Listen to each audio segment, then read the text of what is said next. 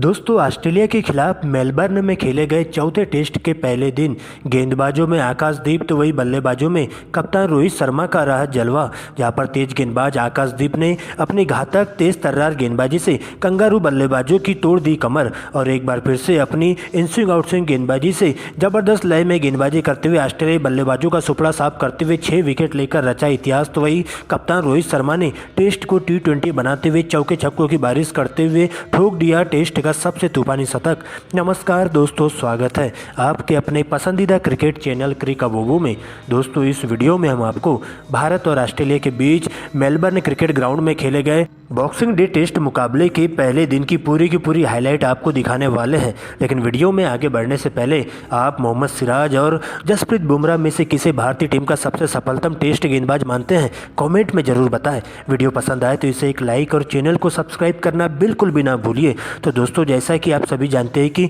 अब तक खेले गए 3 टेस्ट मुकाबलों के बाद दोनों ही टीमें इस मुकाबले में 1-1 की सीरीज पर बनी हुई हैं। लेकिन दोस्तों, आज सीरीज का चौथा टेस्ट मुकाबला बॉक्सिंग डे टेस्ट मुकाबला मेलबर्न क्रिकेट ग्राउंड में खेला गया, जहां पर भारतीय कप्तान रोहित शर्मा ने टॉस जीतकर पहले गेंदबाजी करने का फैसला किया, जिसके बाद ऑस्ट्रेलिया के लिए रनों की बारिश करने के इरादे से टीम के 2 दिग्गज ओपनर बल्लेबाज उस्मान ख्वाजा और सैम कॉन्स्टेंस की एंट्री होती है। तो वही कप्तान रोहित शर्मा टीम इंडिया के लिए पहले ओवर की गेंदबाजी सौंपते हैं तेज गेंदबाज जसप्रीत बुमराह के हाथों में, जहां पर जसप्रीत बुमराह पहले ही ओवर में अपनी एक सटीक लाइन लेंथ के तहत गेंदबाजी करते हुए उस्मान ख्वाजा को खासा परेशान करके रख देते हैं, जिसके चलते पहला ही ओवर मेडन जाता है। लेकिन दूसरे ओवर में मोहम्मद सिराज के एक ही ओवर में Sam Konstas back to back 2 लगातार चौके शुरुआत की 2 गेंदों में जड़ देते हैं। जबकि दोस्तों, अंतिम गेंद पर LBW की जोरदार अपील देखने को मिलती है, लेकिन अंपायर के द्वारा इसे नकार दिया जाता है और इस प्रकार से 2 ओवर में कंगारू टीम का स्कोर 8 रनों पर पहुंच जाता है। लेकिन दोस्तों, इसके बाद देखते देखते दोनों ही बल्लेबाज जबरदस्त तालमेल के साथ बल्लेबाजी करते हुए अच्छी गेंदों को छोड़ते हुए खराब गेंदों को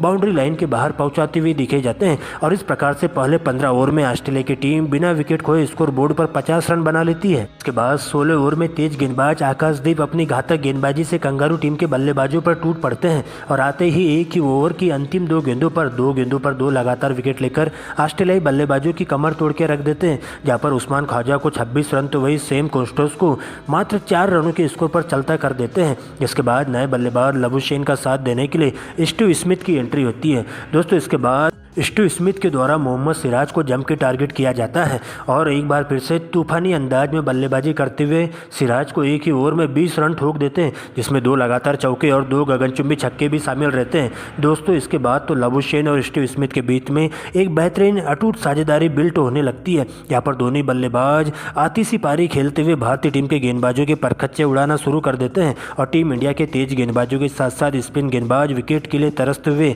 कंगारू टीम के दोनों ही बल्लेबाजों के सामने घुटने टेकने पर मजबूर हो जाते हैं और ऑस्ट्रेलिया की टीम देखते देखते 100 रनों के पार पहुंच जाता है, जहां पर लबुशेन और स्टीव स्मिथ अपने अर्धशतक की ओर बढ़ने लगते हैं। लेकिन दोस्तों, इससे पहले कि यह साझेदारी और आगे बढ़ पाती, एक बार फिर से टीम इंडिया के तेज गेंदबाज मोहम्मद सिराज सबसे पहले लबुशेन को अपना शिकार बनाते हैं, जो कि 49 के स्कोर पर आउट होते हैं। जिसके बाद ट्रेविस हेड की एंट्री होती है, लेकिन स्टीव स्मिथ सबसे पहले अपना 50 पूरा करते हैं, जो कि 54 गेंदों में देखने को मिलता है। इसके बाद ट्रेविस हेड तूफानी अंदाज में बल्लेबाजी करते हुए एक के बाद एक चौके छक्कों की झड़ी लगाना शुरू कर देते हैं, यहाँ पर दूसरे छोर से स्टीव स्मिथ का उन्हें बखूबी साथ दिया जाता है और दोनों ही बल्लेबाज बेहतरीन तालमेल के साथ ऑस्ट्रेलिया की पारी को आगे बढ़ाते हुए 150 रनों के पार पहुंचा देते हैं लंच ब्रेक की समाप्ति पर। लेकिन दोस्तों, लंच ब्रेक खत्म होते ही एक बार फिर से दोनों ही बल्लेबाज मैदान पर आते हैं और चौके कम और छक्के ज़्यादा लगाना शुरू कर देते हैं, जहाँ पर देखते देखते ट्रेविस हेड मात्र 35 गेंदों में अपना 50 पूरा कर लेते हैं और भारतीय टीम के गेंदबाजों की धागे खोलकर रख देते हैं, जहाँ पर दोनों ही बल्लेबाजों के बीच में एक शतक की साझेदारी पूरी हो जाती है।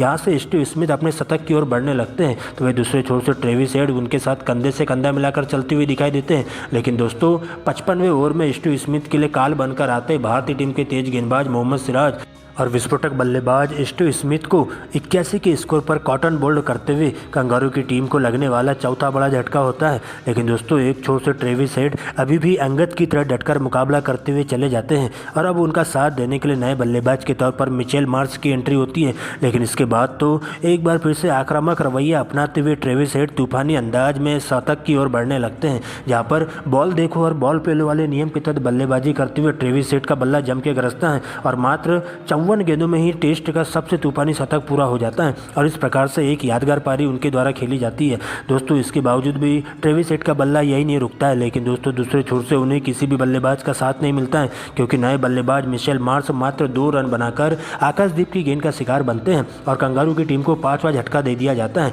दोस्तों इसके बाद आकाशदीप इसी ओवर की अंतिम गेंद पर कप्तान पैट कमिंस को भी एलबीडब्ल्यू आउट कर देते हैं और अब ट्रेविस हेड का साथ देने के लिए मिचेल स्टार्क की एंट्री होती है, लेकिन इसके बावजूद भी ट्रेविस हेड का बल्ला बिल्कुल भी रुकने का नाम नहीं लेता है और अच्छी गेंदों को छोड़ते हुए खराब गेंदों को बाउंड्री लाइन के बाहर पहुंचाते हुए एक बार फिर से आक्रामक रवैया दिखाई देता है और देखते देखते ट्रेविस हेड अपने 150 रन भी पूरे कर लेते हैं और ऑस्ट्रेलिया की टीम स्कोर बोर्ड पर टी ब्रेक के पहले ही 300 रन पार हो जाती है। लेकिन दोस्तों इस पनपती हुई साझेदारी के ताबूत में कील ठोकने के लिए एक बार फिर से टीम इंडिया के तेज गेंदबाज जसप्रीत बुमराह के हाथों में गेंदबाजी सौंपी जाती है, जहां पर जसप्रीत बुमराह अपनी तूफानी गेंदबाजी से मिचेल स्टार्क को मात्र 5 के स्कोर पर एलबीडब्ल्यू आउट कर देते हैं। इसके बाद लोअर ऑर्डर का कोई भी बल्लेबाज ट्रेविस हेड का साथ नहीं दे पाता है और ऑस्ट्रेलिया का लोअर ऑर्डर बल्लेबाज एक के बाद एक सस्ते में अपना विकेट गंवाते हुए पवेलियन की ओर लौटते हुए ताश के पत्तों की तरफ बिखेरते हुए चला जाता है, जहां पर बाकी के बल्लेबाजों को आउट करते हुए जसप्रीत बुमराह और मोहम्मद सिराज के द्वारा अंतिम के बल्लेबाजों को 2-2 विकेट लेते हुए पूरी तरीके से ऑस्ट्रेलियाई पारी को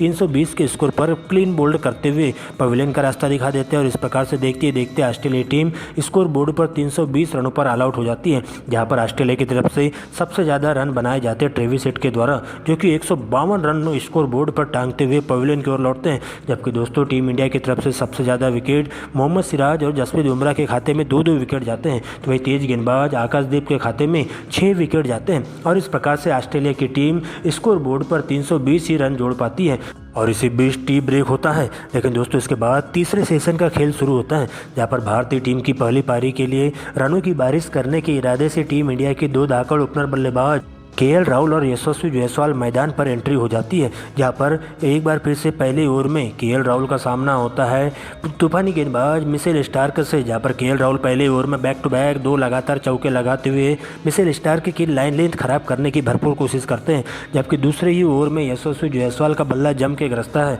और कप्तान पैट कमिंस को पहली 2 गेंदों पर 2 लगातार गगनचुंबी छक्के लगाते हुए उनके ऊपर दबाव बनाने की भरपूर कोशिश की जाती है। दोस्तों इसके बाद तो दोनों ही बल्लेबाज पीछे मुड़कर देखने का नाम ही नहीं लेते हैं और आक्रामक रवैया अपनाते हुए टेस्ट को T20 बना देते हैं, जहां पर देखते ही देखते केएल राहुल मात्र 36 गेंदों में अपना अर्धशतक पूरा करते हैं और इन्हीं के चश्मे कदम पर चलते हुए एक बार फिर से यशस्वी जायसवाल मात्र 40 गेंदों में अपना अर्धशतक पूरा कर लेते हैं और टीम इंडिया स्कोर बोर्ड पर पहले 20 ओवर की समाप्ति के बाद 100 रन बना लेती है। दोस्तों इसके बाद भी दोनों ही बल्लेबाज यही नहीं रुकते हैं और भारतीय टीम के लिए रनों की बारिश करते हैं, लेकिन इसी बीच हेजलवुड सबसे पहले एक बार फिर से यशस्वी जायसवाल को 51 के स्कोर पर सीमा रेखा के पास कैच आउट करवाते हुए टीम इंडिया को पहला झटका देते हैं। जिसके बाद कप्तान रोहित शर्मा की एंट्री होती है, लेकिन रोहित शर्मा तो आते ही धुआंधार अंदाज में बल्लेबाजी करना शुरू कर देते हैं, जहां पर रोहित शर्मा एक बार फिर से पहले ही ओवर की पहली गेंद पर गगनचुंबी छक्का पुल शॉट के माध्यम से लगाते हैं। दोस्तों इसके बाद रोहित शर्मा और केएल राहुल मैदान पर डटकर मुकाबला करते हुए कंगारू टीम के गेंदबाजों पर पूरी तरीके से धावा बोलना शुरू कर देते हैं।